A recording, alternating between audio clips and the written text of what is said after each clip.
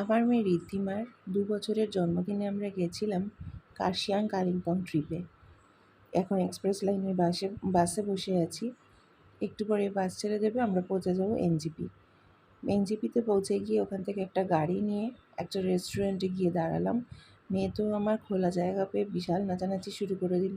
ওকে আটকে রাখাটাই মুশকিল হয়ে যাচ্ছিল, এত আনন্দে ছিল ও। যাই হোক, এইখান থেকে আমাদের হয়ে গেল খাওয়া দাওয়া। হয়ে যাওয়ার পরে মেয়ের ঘোরাঘুরি হয়ে গেল, ছেলের ঘোরাঘুরি হয়ে গেল, আমাদের ফটোশ্যুট হয়ে গেল। তারপরে আমরা আবার উঠে পড়লাম গাড়িতে, চললাম কার্শিয়াংয়ের উদ্দেশ্যে। কার্শিয়াংয়ে না আমরা একটা খুব সুন্দর হোটেলে ছিলাম। হোটেলটার নাম ছিল হোটেল প্যারাডিসো। হোটেলটা ভীষণই সুন্দর ছিল। রাস্তায় তো যাওয়ার পথে কোনো রকম আর অসুবিধা হয়নি, আর একই রকম রাস্তা প্রত্যেকবার পাহাড়ের লাগে, কিন্তু পাহাড়ে প্রত্যেকবার গেলে মনে হয় প্রতিবারই রাস্তাগুলো নতুন লাগে, কিন্তু আর প্রত্যেকবারই সেই রাস্তাগুলোকে খুব সুন্দর লাগে দেখতে। সব সময় রাস্তাগুলো নতুনের মতন করে মনে হয়।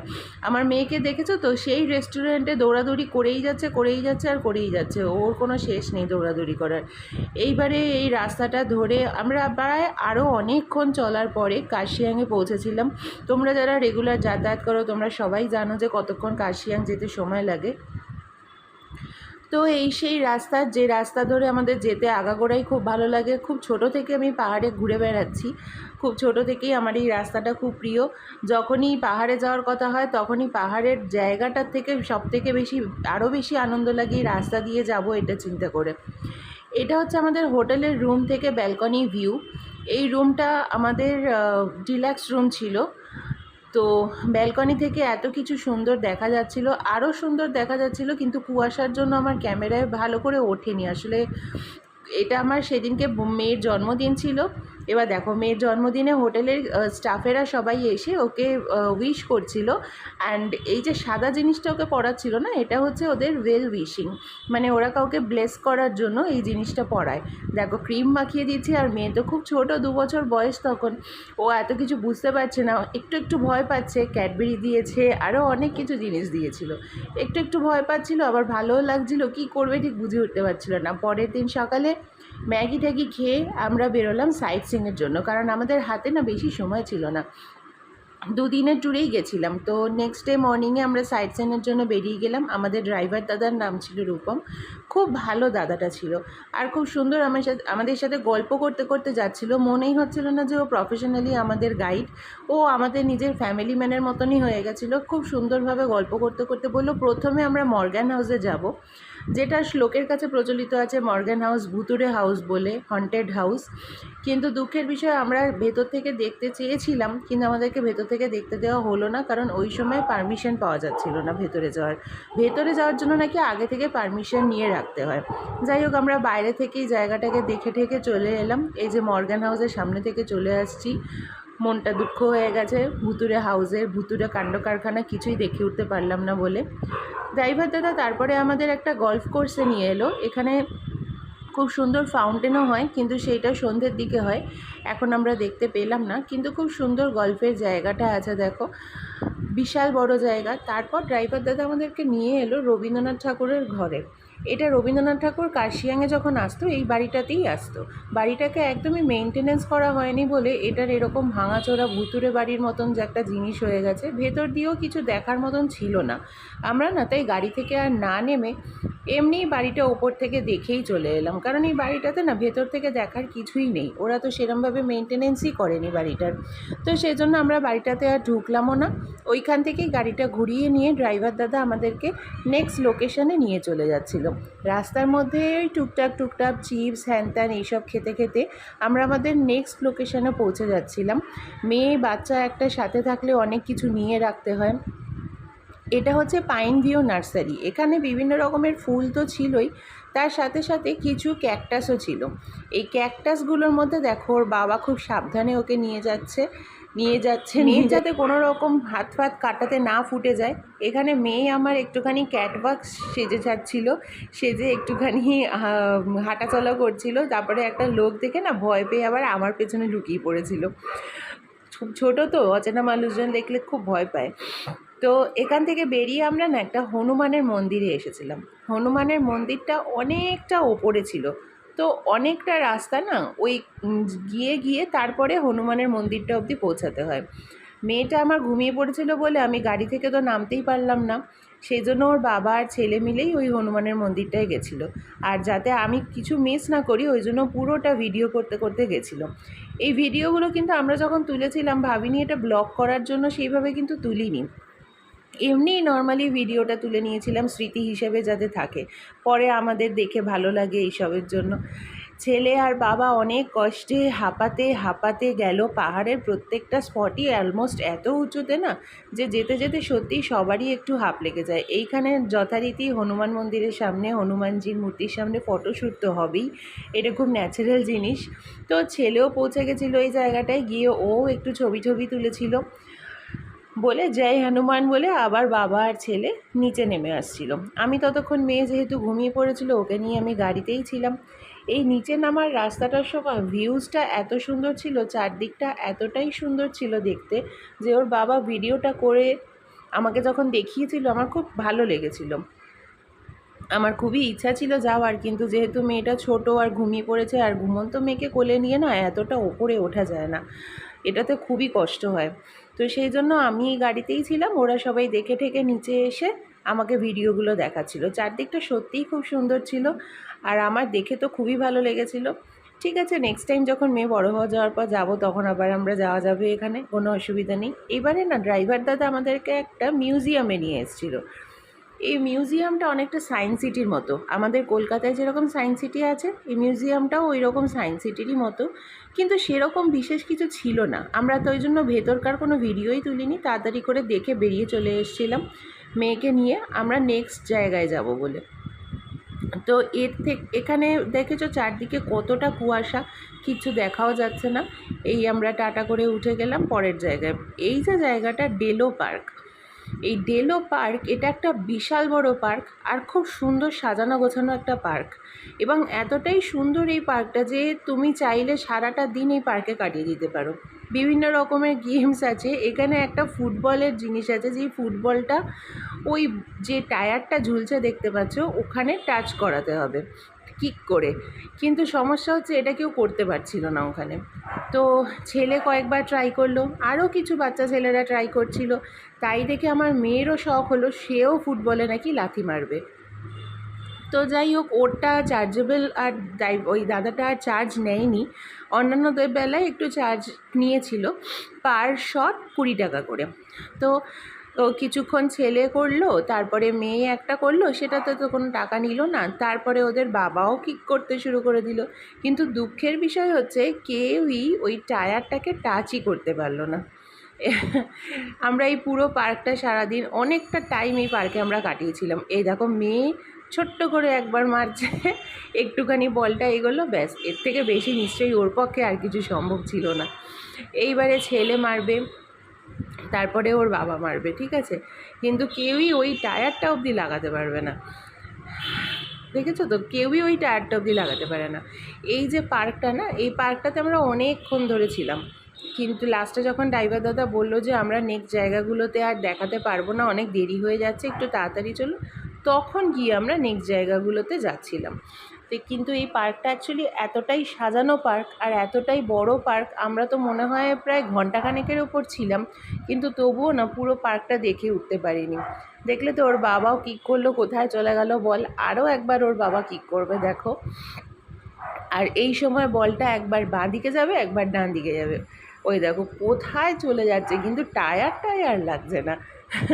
যাই হোক, কেউই কিছু করতে পারলো না, এত ঘন কুয়াশা দেখেছো তো, এক হাত দূরের জিনিসও না দেখা যাচ্ছিল না ঠিক করে, যার জন্য ক্যামেরাটায় বুঝতে পারছিলাম পার্কটা সুন্দর খালি চোখে দেখে, কিন্তু ক্যামেরায় না কিছুই ধরা পড়ছিল না।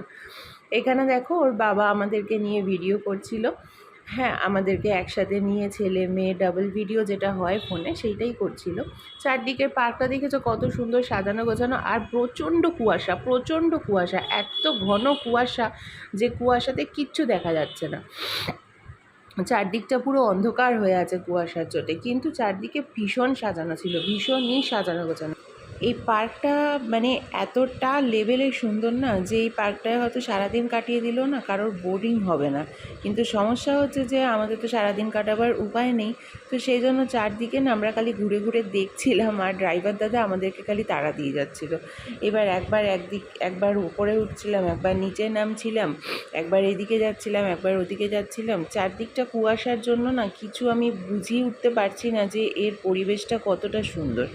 আর এত খোলামেলা জায়গা আসলে কলকাতায় পাওয়া যায় না, তো সেজন্য যখন আমরা কলকাতা থেকে একটু খোলামেলা জায়গায় চলে আসি না, তখন মাথাটা পুরো খারাপ হয়ে যায়।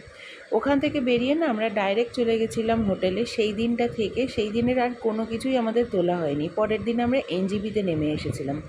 একটা ঘটনা ঘটেছিল যে এনজেপিতে নেমে আমাদের অ্যাকচুয়ালি বাড়ি চলে আসার কথা। আমাদের ট্রেনের টিকিটও হয়ে গেছিলো দুরন্তোতে,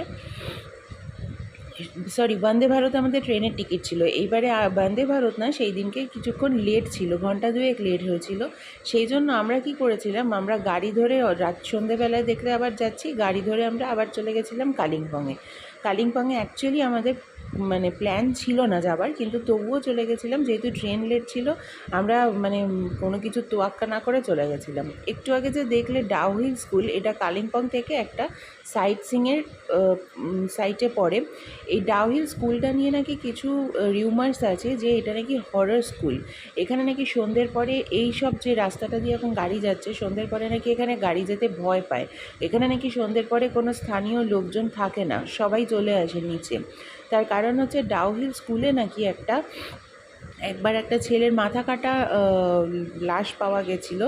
তারপর থেকে এই সমস্ত রাস্তায়, জঙ্গলে, স্কুলের আশেপাশে সব জায়গাতে নাকি ছেলেটার ওই মাথা কাটা যে বডিটা, সেটা নাকি অনেকেই দেখতে পেয়েছে। সেই জন্য এতটাই ভয়ে থাকে এখানকার বাসিন্দারা, তো এরা নাকি কেউ সন্ধেবেলায় থাকে না। সেখান থেকে আমাদেরকে ওই স্কুলটা থাকার পর ওখান থেকে আরেকটু ওপরে একটা পার্কে নিয়ে এসেছিলো। এই পার্কটাতে আমরা আবারও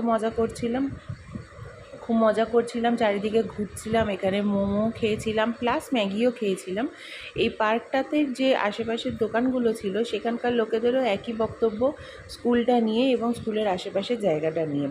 এই চত্বরটায় নাকি কেউ সন্ধেবেলায় থাকে না। এবার তোমরা যদি কেউ এর থেকে বাইরে কোনো গল্প জেনে জানো আমাকে জানিও। আমি জানি না এটা এদের গল্প, মন বানানো গল্প, না সত্যি কথা, কী জিনিস আমি কিছুটাই জানি না। আমি যেটুকু শুনেছি সেটুকুই আমি তোমাদেরকে বললাম। যদি এর বাইরে তোমরা কেউ কিছু জানো তো প্লিজ কমেন্ট করে জানিও। আমরা ওই রাস্তা থেকে চলে এসে এবার আমরা ফিরছিলাম আরেকটা জায়গায় যাব বলে। আরেকটা জায়গা বলতে একটা রিসর্টে বলেছিল ড্রাইভার দাদা নিয়ে যাবে। সেই রিসর্টটা নাকি ভীষণই সুন্দর রিসর্ট একটা। তো আমরা না সেটা নিয়ে খুব একটা ইন্টারেস্ট দেখাচ্ছিলাম না, তার কারণ হচ্ছে রিসর্টে তো আমরা নেই, তো রিসর্ট দেখে আমরা কী করব। কিন্তু ড্রাইভার দাদা ইনসিস্ট করলো ওটা এতটাই একটা সুন্দর রিসর্ট যে আপনারা একবার দেখলে পরের বার থেকে ওই রিসর্ট ছাড়া আর অন্য কিছু ভাববেন না। তো আমি বুঝতে পারছিলাম হয়তো তার কিছু কমিশন আছে এই রিসর্টের ওপরে, সেই জন্য আমাদেরকে বারবার করে দেখাতে চাইছিল। তো আমরা অনেকটা রাস্তা যাওয়ার পরে না ওই রিসর্টটা পড়ে, এবং ওই রিসর্টে পৌঁছানোর সময় ওটা আরও অনেকটা উপরে রিসর্টটা। নো ডাউট যে রিসর্টটা সত্যি খুব সুন্দর ছিল, কিন্তু সমস্যাটা হচ্ছে যে আমরা দেখে কি করব, এটা হচ্ছে মেন কথা। তো যাই হোক, সে ড্রাইভার দাদা নিয়ে যেতে চাইলো, তো আমরা গেলাম। রিসর্টটা অনেকটাই উপরে ছিল আর চারদিক দিয়ে না কুয়াশায় ঢাকা ছিল। এই যে রাস্তাগুলো দেখছো, এখান দিয়ে যেতে যেতে আমরা গল্প করছিলাম, বেসিক্যালি ডাউহিলের গল্প করছিলাম। এখানে অনেক বাইক রাইডার্সের সঙ্গেও আমাদের দেখা হয়েছিল, সবার সাথেও অনেক কথাবার্তা বলছিলাম। এই যে রাস্তাটা মাঝখান দিয়ে এইবার ওপরে উঠে গেল, এইটা যাচ্ছে এবার রিসর্টের দিকে। রিসর্টের কাছে পৌঁছতে আমাদের অনেকটা সময় লেগে গেছিলো, কিন্তু আমাদের কাছে সেটা সময় বলে মনে হয়নি, যেহেতু আমার এই রাস্তাটা আগেও তোমাদেরকে বলেছি ভীষণ ভালো লাগে। হঠাৎ করেই দেখো রাস্তাটা না একটু ফাঁকা ফাঁকা হয়ে গেছে আর চারদিকে প্রচুর কুয়াশা হয়ে গেছে। এই যে কুয়াশাগুলো চলে এসছে হঠাৎ করে, রিসর্টটা নাকি মানে রিসর্টে নাকি সবসময় এরকম একটু কুয়াশা কুয়াশা এনভায়রনমেন্ট থাকে, এটা ড্রাইভার দাদার মতামত।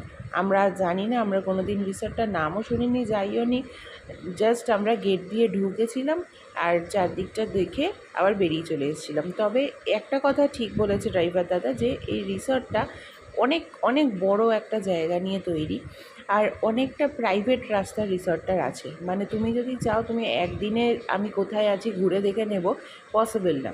ওটা এতটাই বড় একটা জায়গা নিয়ে রিসর্টটা তৈরি করা আছে।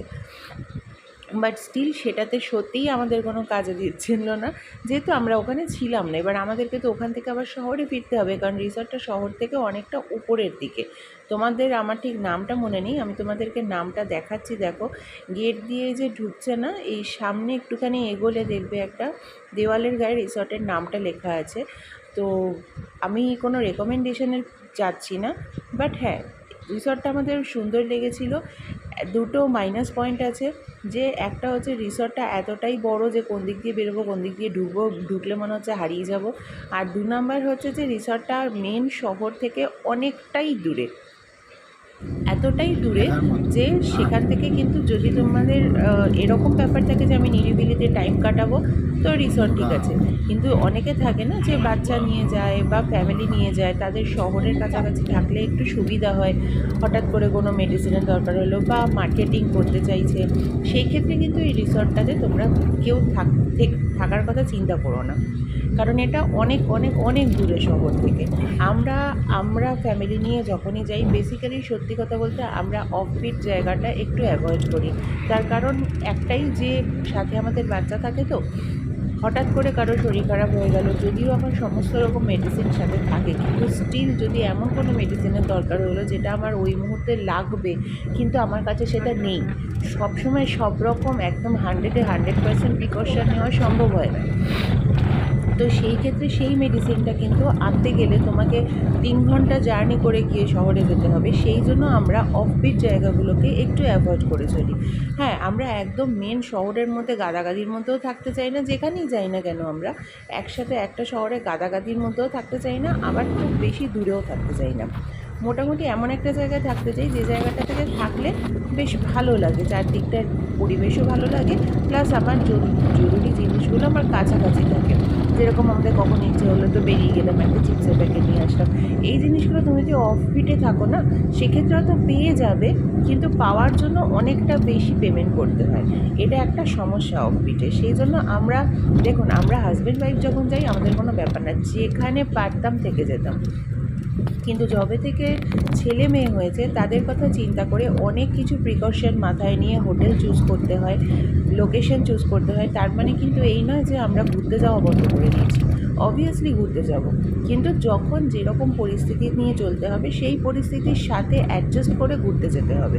বাট ঘোরা বন্ধ করা যাবে না, দ্যাটস নট পসিবল।